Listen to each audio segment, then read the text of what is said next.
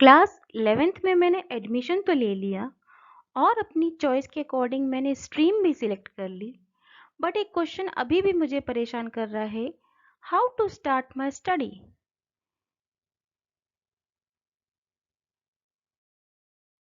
When to start my study.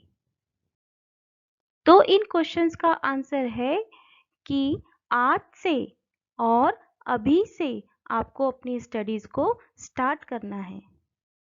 Hey, this is Aarti Tiwari here and welcome to my channel जिसका नाम है study with Aarti Tiwari ma'am.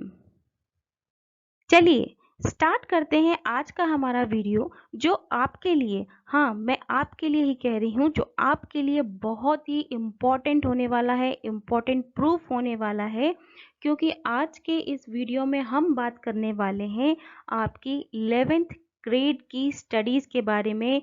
आप परेशान होंगे, आप इतने स्ट्रगल के बाद में आपकी क्लासेस स्टार्ट हुई हैं, मतलब आपने अपना स्ट्रीम सिलेक्ट कर लिया है, अब आप अपनी क्लासेस में आई होप जाने लगे होंगे, आपने अपनी ऑनलाइन ऑफलाइन क्लासेस ज्वाइन कर ली होंगी।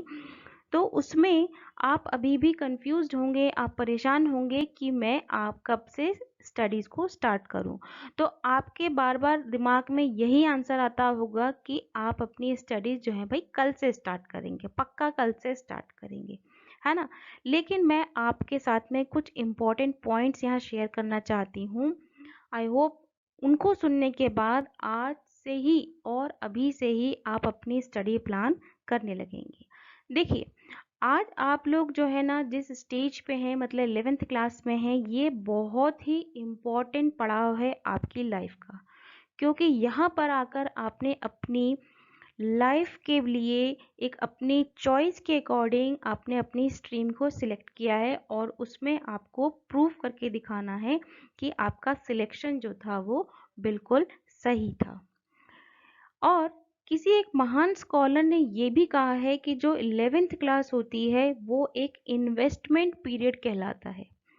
इन्वेस्टमेंट पीरियड क्यों कहलाता है? क्योंकि ऐसा भी बोला जाता है क्योंकि जैसा आपने सिलेक्शन किया है, जैसी आपने चॉइस की है, वैसा ही आपको उसका रिटर्न मिलेगा। इसीलिए हमारा जो स्ट्रीम का सिलेक्शन था वो हमने बहुत ही रिसर्च के बाद, बहुत एनालिसिस करने के बाद में सिलेक्ट किया था। तो आपका जो ये 11th क्लास से लेकर आपका ग्रेजुएशन और टिल दैट पोस्ट ग्रेजुएशन तक आपका बहुत इम्पॉर्टेंट और एक इन्वेस्टमेंट पीरियड है, क्योंकि जैसा आप पढ़ाई करेंगे वैसा ही आपको फ्यूचर में रिटर्न मिलेगा। ठीक है।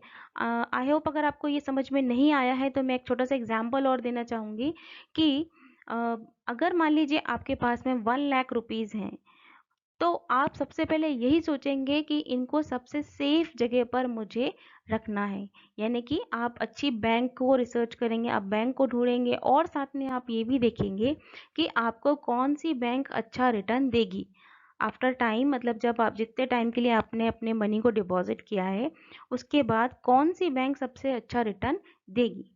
सेम फॉर्मूला आपके लिए भी अप्लाई होता है। आपने अपनी स्ट्रीम सिलेक्ट कर ली है और उस स्ट्रीम को सिलेक्ट करने के बाद में अब आप जैसा जैसा इसमें इन्वेस्टमेंट करते जाएंगे, मतलब जैसे स्टडीज़ करेंगे वैसा वैसा आपको रिटर्न मिलेगा। Now the 11th class students, I just want to say one thing here that आप लोग 11th क्लास में हैं, लेकिन एक्चुअली में आप 12th की प्रिपरेशन कर रहे हैं। मतलब आपने 11th क्लास की स्टडीज़ तो करोगे, आप अपनी पढ़ाई तो करोगे, लेकिन आपका जो मोटिव है, आपका जो फोकस है, आपका जो अटेंशन है, वो क्या होगा? 12th क्लास के लिए। तो आपको बहुत ही सीरियस हो जाना है। सीरियस होने का मतलब ये नहीं कि लाइफ को इंजॉय नहीं करना है, लाइफ को इंजॉय भी करना है, और साथ में अपने टारगेट को भी ध्यान में रखना है। तो ऐसे ही कुछ इम्पॉर्टेंट बातों को, कुछ सीरियस पॉइंट्स को हम डिस्कस करने जाएंगे नेक्स्ट टॉपिक में, जिससे आपको बहुत हेल्प हो जाएगी कि कैसे आप एक अच्छी स्ट्रेटेजी बनाएं जिससे आपको बहुत ही सक्सेस लाइफ मिले 11th ग्रेड में। तो चलते हैं नेक्स्ट स्लाइड की तरफ। देखिए सबसे पहला पॉइंट है जो आपको ध्यान रखना है वो है आपका अटेंड क्लास रेगुलरली।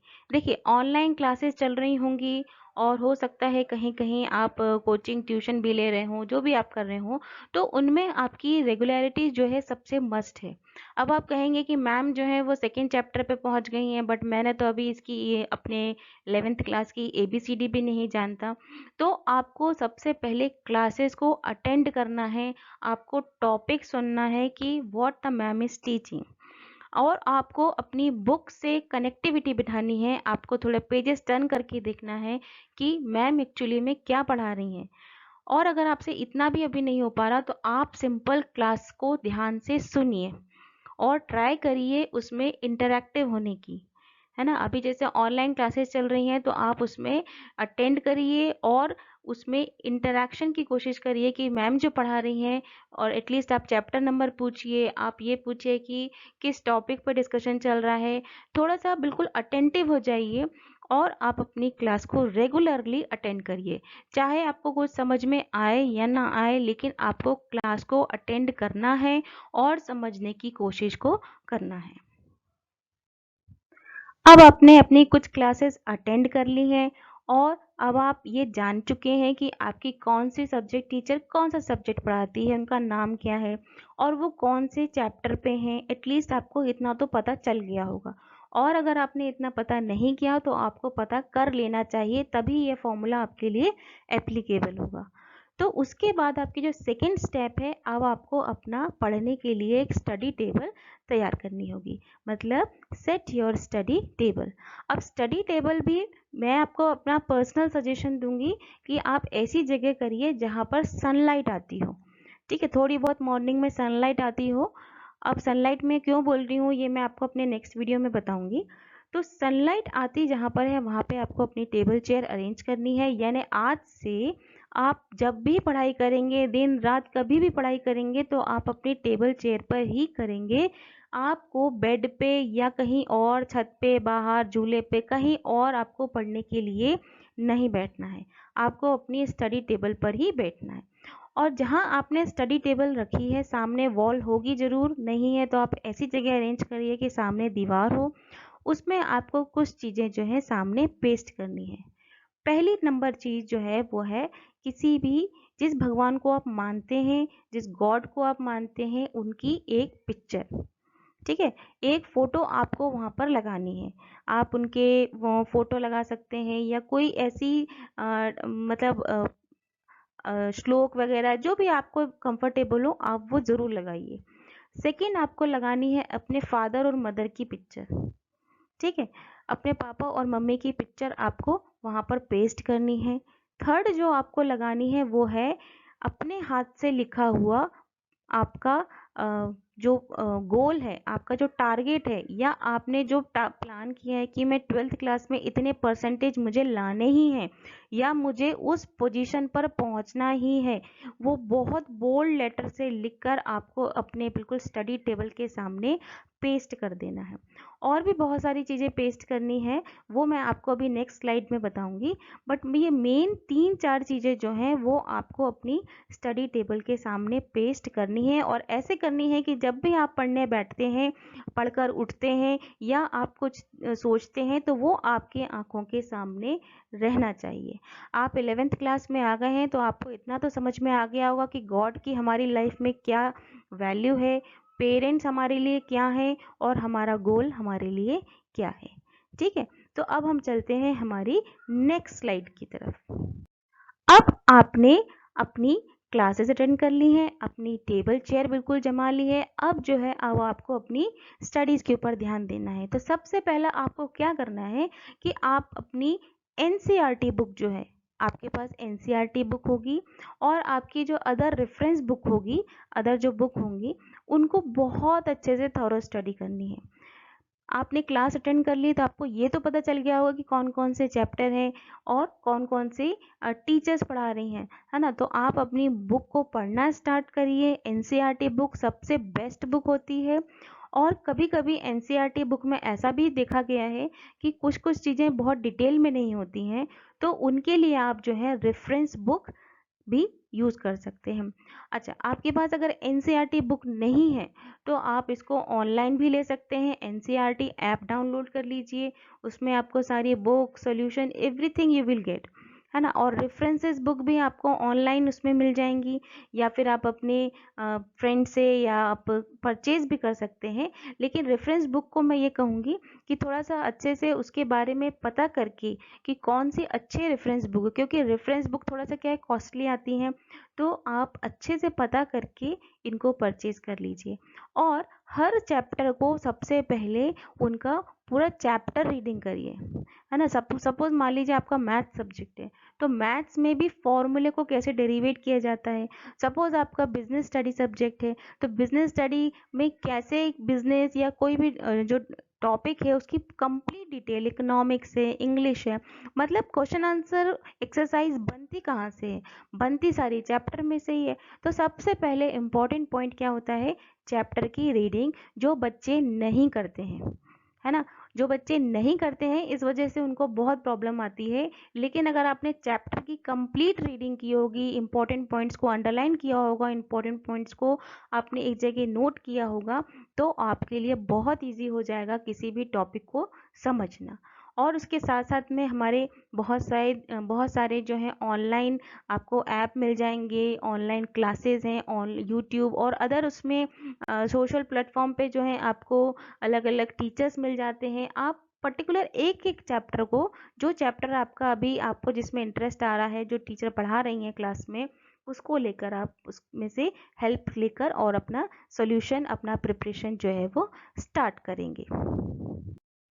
अब आपने अपनी एनसीईआरटी बुक्स को पढ़ना शुरू कर दिया, अदर रेफरेंसेस बुक्स को शुरू कर दिया। अब आपको जो सबसे इम्पॉर्टेंट पॉइंट करना है वो है अपने नोट्स प्रिपेयर करना है। देखिए, एक अच्छा स्टूडेंट, एक ब्रिलियंट स्टूडेंट हमेशा अपने नोट्स खुद प्रिपेयर करता है। उसके पीछे एक बहुत बड़ा साइंटिफिक रीज़न है कि जब एक स्टूडेंट अपने नोट्स प्रिपेयर करता है तो वो अपनी हैंड राइटिंग से करता है।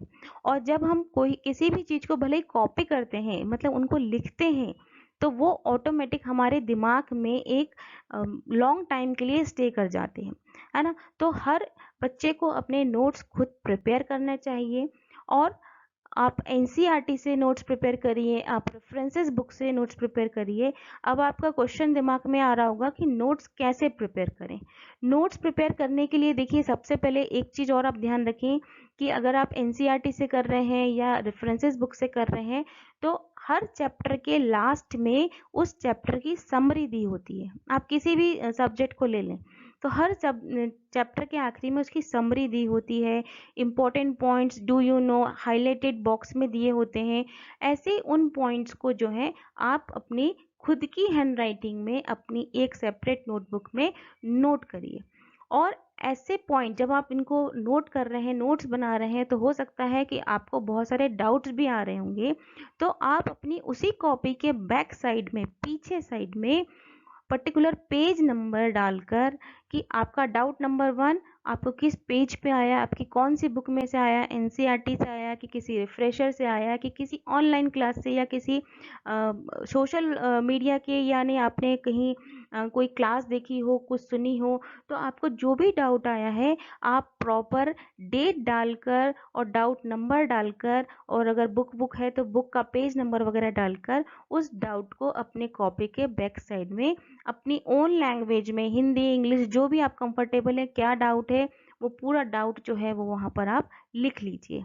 ठीक है। और फिर जैसे ही आपको वो डाउट क्लियर करने का टाइम मिलता है, मतलब टीचर अवेलेबल होती हैं या आप कहीं किसी क्लास में जाते हैं, तो सबसे पहले उस चैप्टर से रिलेटेड उस डाउट को आप क्लियर करिए।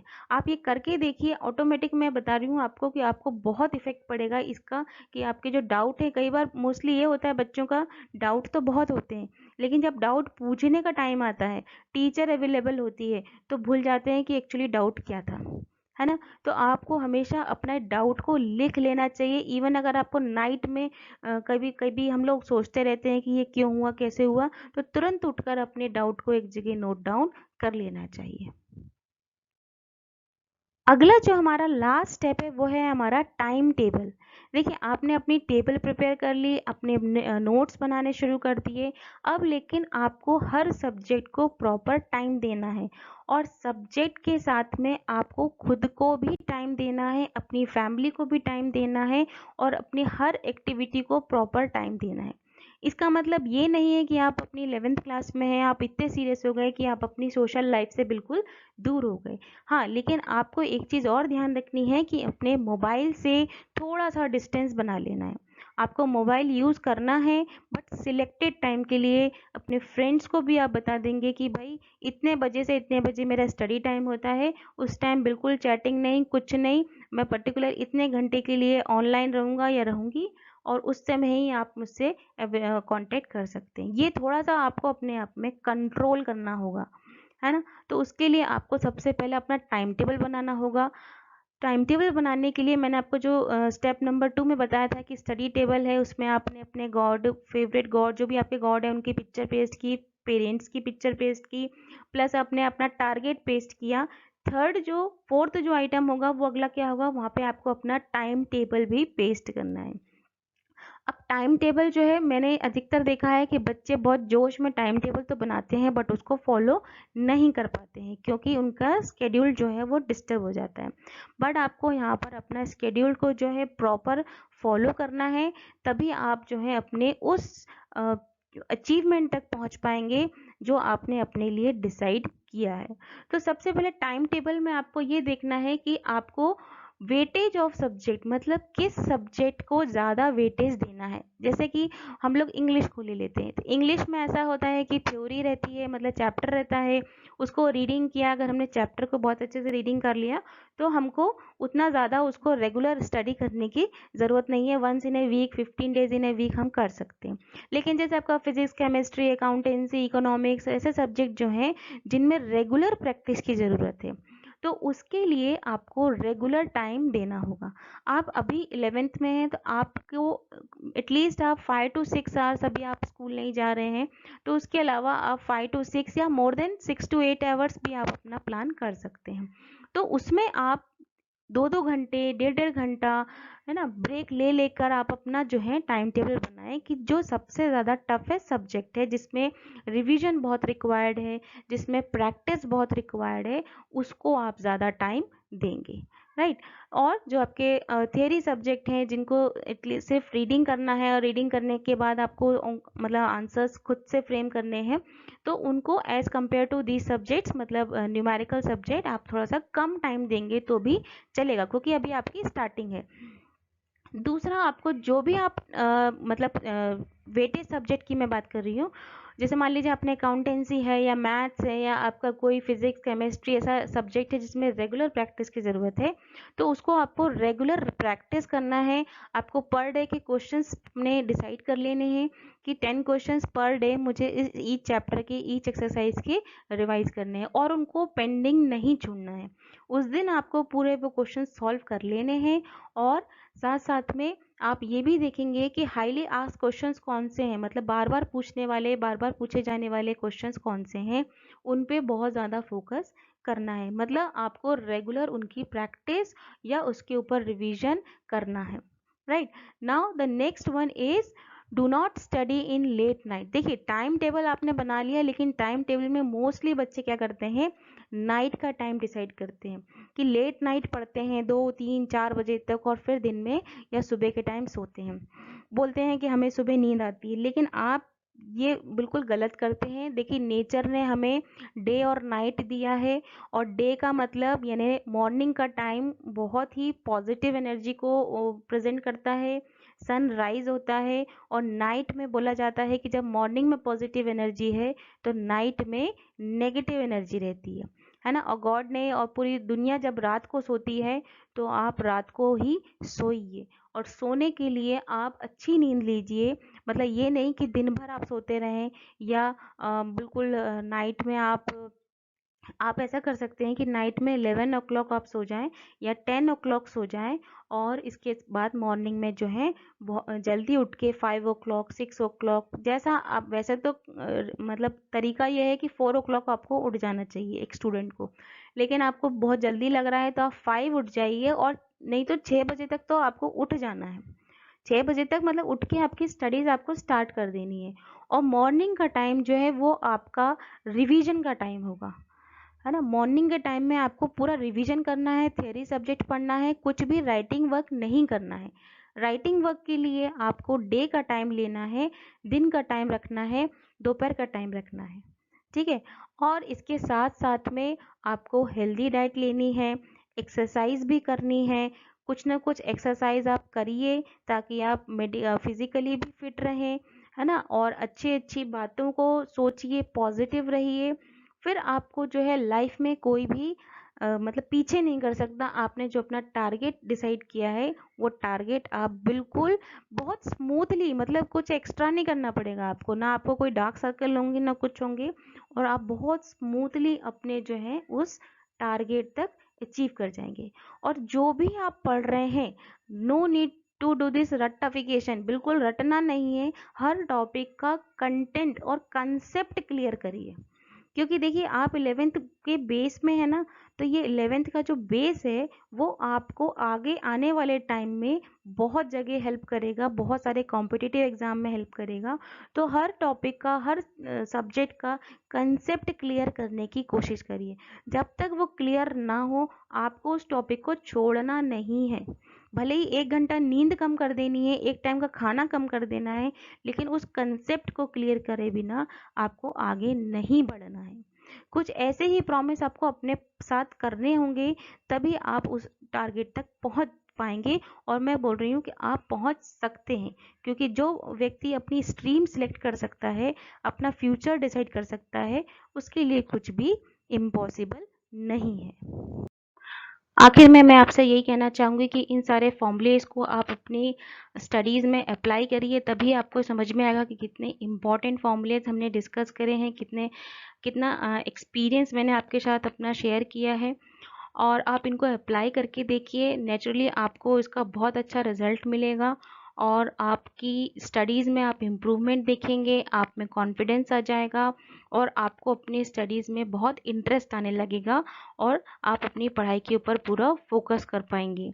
तो आप इस वीडियो को अपने फ्रेंड्स के साथ में शेयर कर सकते हैं ताकि वो भी इसको यूटिलाइज कर सके। और अगर आपको ये वीडियो अच्छा लगा हो तो आप इस वीडियो को लाइक करिए, चैनल को सब्सक्राइब करिए, और बेल आइकन को भी आप प्रेस कर दीजिए ताकि आने वाले इम्पोर्टेंट वीडियोस आपको उसका नोटिफिकेशन मिलता रहे, कोई भी वीडियो आपसे स्किप ना हो। और अगर आपकी कोई भी क्वेरी है तो वो आप कमेंट बॉक्स में कर सकते हैं। तब तक के लिए थैंक्स फॉर द वॉच।